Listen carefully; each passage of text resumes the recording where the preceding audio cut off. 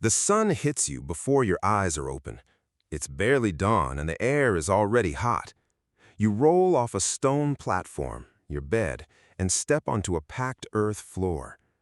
Outside, the desert stretches in every direction. And there, cutting the sky in half, a pyramid. Half finished, enormous, impossible. And today, you're going to add another row of stones to it, each one weighing 2.5 tons. Welcome to your life as an Egyptian pyramid builder. And the first thing you need to know is that you are not a slave. That's the biggest myth in ancient history. For centuries, we believed that slaves built the pyramids. Herodotus, the Greek historian, visited Egypt around 450 BC and was told that 100,000 slaves built the Great Pyramid. He wrote it down, the world believed it. He was wrong. In 1990, archaeologists discovered a workers' cemetery near the pyramids at Giza. The graves contained well-preserved skeletons, and those skeletons told a very different story. The workers had healed bones, meaning they received medical care. They were buried with bread and beer for the afterlife, meaning they were honored in death. They were buried near the Pharaoh's own pyramid, a privilege that would never be given to slaves. Egypt's chief archaeologist Zahi Hawass said it clearly. These were paid laborers from poor families across Egypt. They were respected for their work, not owned, not forced, respected. So, if you're not a slave, what are you? You're a farmer. For most of the year, you work the land along the Nile, but every summer the Nile floods. The flood season is called Akhet. For roughly 4 months, your fields are underwater and you can't farm. So the Pharaoh calls you up. You leave your village and travel to Giza, not as a prisoner, but as a conscripted laborer serving the state. You'll work for 3 or 4 months, then go home. Next year, another rotation comes. You arrive at a place called Hayt el-Ghurab, the Wall of the Crow. This is the workers' village. And it's not a camp, it's a planned town. Archaeologist Mark Leonard discovered it in 1988. What he found changed everything we thought about pyramid construction. Barracks for workers, homes for overseers, bakeries, breweries, a copper workshop, storage facilities, streets laid out in a grid, administrative buildings. This isn't a slave camp. This is a government project with infrastructure. You're assigned to a crew. The workforce is organized like a military operation. 2,000 men form a crew. Each crew splits into 2 gangs of 1,000. Each gang divides into 5 groups of 200. Each group breaks into smaller units of 10 or 20 men. And every gang has a name. We know this because the builders left graffiti painted in red ochre inside the pyramid chambers. Names like Friends of Khufu and Drunkards of Menkaure. Work gangs with nicknames, painted where only the next crew would see them. These weren't slaves, these were teams, with inside jokes. Let's talk about what you eat. Your daily ration is bread and beer. 10 loaves of bread and up to 2 jugs of beer every day. The beer isn't a reward, it's a staple. It's thick, nutritious, and safer than water. Every worker receives roughly 4 to 5 liters of beer per day. On top of that, meat. Archaeologists found over 175,000 animal bones at the workers' village: cattle, sheep, and goat. The workers' diet was better than what they ate at home. 4,000 pounds of meat slaughtered every day to feed 10,000 workers. The logistics of feeding this workforce were staggering. An estimated 21,000 cattle and 54,000 sheep were needed to keep the operation running. The overseers ate the most beef. Regular workers ate more sheep and goat, but everyone ate well. In fact, researchers believe the quality of food may have been an incentive to draw workers to the site. Better food than your village, better medical care than your village. Building a pyramid was a better deal than staying home. Now, the work itself. The Great Pyramid of Khufu contains approximately 2.3 million stone blocks. The average block weighs 2.5 tons. Some blocks, particularly in the King's Chamber, weigh up to 80 tons. The total weight of the pyramid, 6.5 tons. And it was all moved with wood, rope, and human muscle. No wheels, no iron, no pulleys. Copper chisels, dolerite hammerstones, wooden sledges, and rope. Your day starts at the quarry. Most of the limestone comes from quarries right next to the pyramid, but the fine white casing stones, the smooth outer layer, come from Tura, 13 miles away across the Nile. You cut the stone using copper chisels and wooden wedges. You hammer wooden wedges into the rock and soak them with water. The wood expands and the stone cracks along the line you want. Simple, brutal, effective. Moving the blocks is where it gets extraordinary.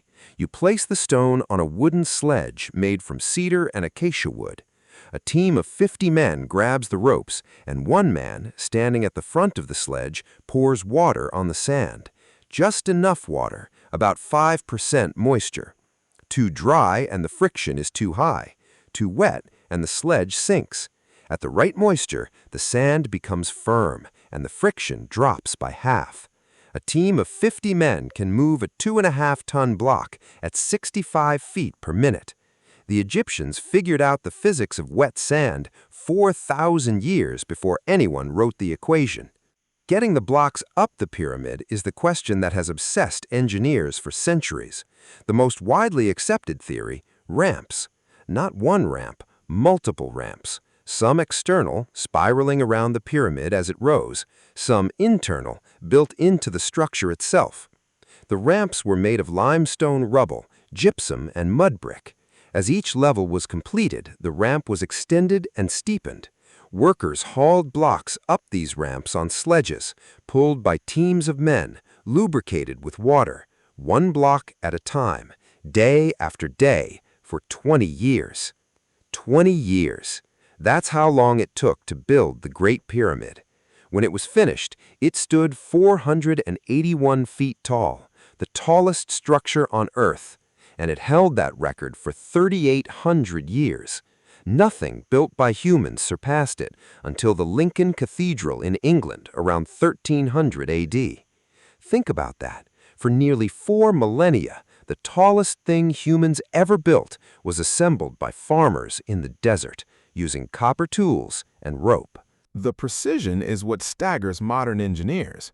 The base of the Great Pyramid is leveled to within less than 1 inch across 13 acres. The sides are aligned to true north with an error of less than 1/15 of a degree. The 4 sides differ in length by less than 2 inches. They achieve this with plumb bobs, ropes, and the stars. No lasers, no GPS, no computers. Just observation, measurement, and a civilization that refused to accept imperfection. Injuries happened. The work was dangerous. Falling stones, crushed limbs, heat exhaustion. But the skeletons tell a surprising story. Many workers' bones show evidence of healed fractures. Not just broken, healed, meaning they received treatment and survived. Splints, bandages, and time to recover. The workers' village had medical practitioners. Not because the Pharaoh was compassionate, but because trained workers are harder to replace than untrained ones. Keeping you alive was good management. In 2013, a team of French archaeologists made one of the most extraordinary discoveries in Egyptology. At a Red Sea port called Wadi al-Jarf, they found papyrus scrolls. Not religious texts, not poetry, a logbook. Written by a foreman named Merer. Merer's diary describes his team delivering limestone blocks to the Great Pyramid. Daily entries, crew schedules, delivery routes. It reads like a modern construction manager's daily report. This is the oldest known papyrus ever found, and it's a shipping log for pyramid stones. Inside the pyramid, in the cramped relieving chambers above the king's chamber, the builders left graffiti. Red paint on stone, crew names, tallies, inside jokes, never meant to be seen. Friends of Khufu daubed on blocks in the dark, the kind of thing work gangs leave behind everywhere, scrawled where only the next crew would see them. 4,500 years later, we found them. messages from workers who had no idea anyone would ever read them. The pyramid was originally covered in smooth white Tura limestone. It would have gleamed in the sun, visible from miles away. At the very top, the pyramidion, the capstone, possibly covered in gold or electrum. The moment it was placed, the pyramid was complete.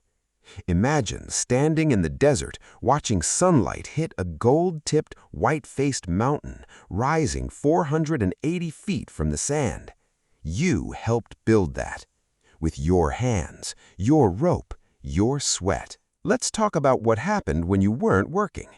Workers played Senet, one of the oldest board games in history. They told stories. They drank beer, obviously. Some workers had families nearby in the village. Music was common, drums, flutes, and chanting during work and after. And at the end of your rotation, you went home, back to your village, back to your fields. And for the rest of your life, you could point at the horizon and say, "I built that." Now here's what makes the Egyptian pyramids different from everything else in the ancient world. The Great Wall of China was built by conscripted laborers and convicts. The Roman Colosseum was built by slaves. The pyramids were built by citizens, paid, fed, housed, and medically treated citizens who believed they were doing sacred work. Building the pharaoh's tomb wasn't just labor, it was a religious act. The pharaoh was a living god. Helping him reach the afterlife guaranteed cosmic order for everyone. You weren't just stacking stones, you were holding the universe together. Herodotus got it wrong. Hollywood got it wrong. The Bible, which never actually mentions the pyramids, got associated with slavery through later interpretation. But the evidence is overwhelming. Workers' villages, proper burials, healed bones, beer rations, crew graffiti, and a 4,500-year-old shipping log that reads like an Amazon warehouse manifest. The pyramids weren't built by whips. They were built by bread, beer, and belief. The Great Pyramid stood as the tallest structure on Earth from roughly 2560 BC to 1300 AD. 3,800 years. No concrete, no steel, no power tools. Just limestone, granite, copper, wood, rope, and 10,000 workers who rotated through the desert a few months at a time for 20 years. And they were so proud of what they did that they painted their team names inside the stones where nobody was ever supposed to find them. The Drunkards of Menkaure. That's a real name, a real work gang, painted in red ochre inside a pyramid 4,500 years ago, and it survived. The stone survived, the graffiti survived. The names of ordinary workers survived longer than most kingdoms. Here's what the pyramids really prove. Not that pharaohs were powerful, everyone knew that, but that ordinary people, given bread, beer, and a purpose, can build something that outlasts everything. Every empire, every war, every civilization that came after them. The pyramids are still here, and the workers who built them left their names inside. They had copper chisels, wooden sledges, and beer. And they built something that lasted 4,500 years. Take care of yourself.